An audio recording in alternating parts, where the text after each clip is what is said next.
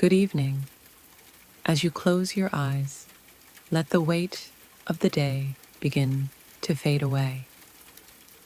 Take a slow breath in and let it go.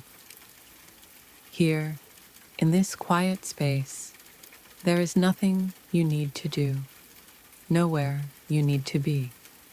Tonight, I'll guide you into a calmer world, a world of stories long ago.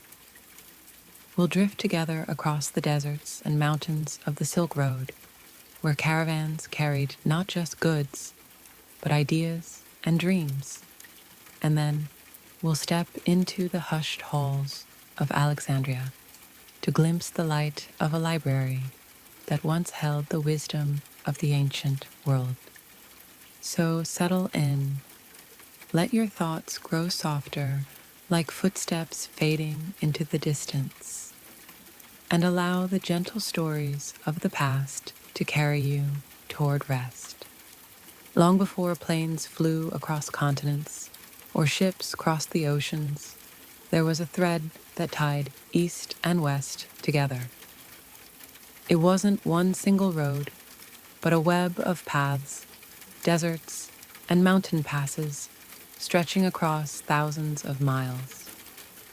People called it the Silk Road.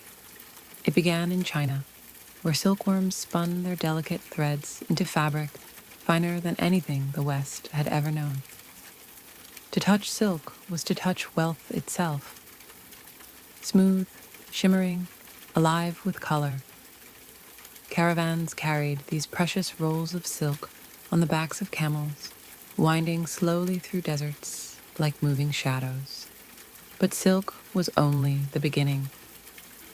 From India came spices, from Rome, glassware, from Central Asia, horses, from Persia, gemstones, and along with these goods traveled something even greater, ideas. Alongside merchants walked monks, scholars, musicians, and travelers. They carried languages, beliefs, and stories across continents. Imagine a caravan pausing at an oasis. The desert heat has faded. The air is cool. Camels kneel in the sand. Fires crackle as tents rise. Traders gather, sharing food and tales. A Roman merchant speaks of marble cities by the sea. A Chinese scholar describes painted scrolls and bamboo forests. A monk whispers of teachings that would spread farther than any caravan could travel. The Silk Road was more than commerce. It was culture, flowing like a river through time. The road was never safe. Bandits prowled the mountain passes.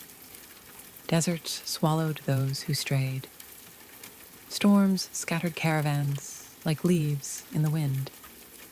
And still, the Silk Road endured for centuries because the rewards outweighed the risks. Civilizations depended on it.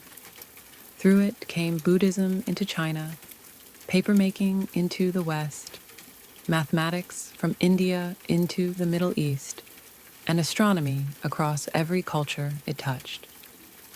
These were treasures far greater than jewels or spices. They were the seeds of progress, planted one dusty step at a time. Even when sea trade replaced the road, its echoes lingered. Languages carried its marks. Foods crossed oceans because they once crossed deserts. And today, when we speak of a connected world, we are echoing something that began thousands of years ago. A road that carried not just goods, but humanity itself. The Silk Road was never silent. It sang with the creak of wagons, the soft tread of hooves, the murmur of prayers and songs. Now, when we listen back, it feels like a gentle, distant melody. A reminder that the world has always reached across distances to share, to trade, and to tell stories. There was once a city by the Mediterranean, a city with a dream to hold all the knowledge of the world in one place. That city was Alexandria, founded by Alexander the Great, and within its walls stood the most legendary library in history. The Library of Alexandria was more than shelves and scrolls. It was a vision, a temple to wisdom itself. Picture walking through its halls, stone floors, cool beneath your feet, the scent of papyrus and ink in the air. Light filters softly through high windows, illuminating endless rows of wooden shelves, each one stacked with scrolls, thousands upon thousands of them. Here, knowledge was gathered, not scattered. Sailors docking at Alexandria were asked to surrender any writings they carried: maps, poems, treatises. Scribes copied them carefully for the library's collection. Works from Greece, Egypt, Mesopotamia, India, even China, were said to rest there. Astronomy, medicine, philosophy, mathematics, all brought together under one roof. Scholars traveled across the known world to study here.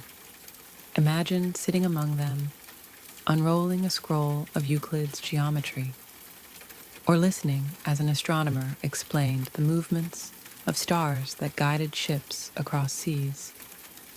The library was not silent.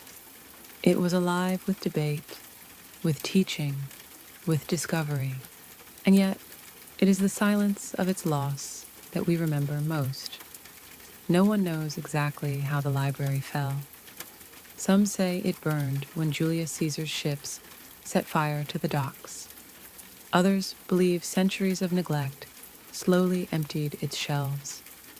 Whatever the cause, what is certain is this: countless scrolls vanished, ideas, stories, histories, gone forever. What wisdom was lost? Perhaps cures for illnesses, perhaps maps of forgotten lands, perhaps philosophies and poems that might have reshaped the world. That is the mystery of Alexandria. Its greatest treasure is also its greatest absence. Yet the dream of Alexandria did not die. It lived on in the libraries of Baghdad, in the monasteries of Europe, in the universities that grew centuries later. Even today, when we step into a library or search the internet, we are carrying forward that same ancient vision, that knowledge, when shared, is power. The great Library of Alexandria was never just a building. It was humanity's memory. And though its shelves are gone, the idea remains.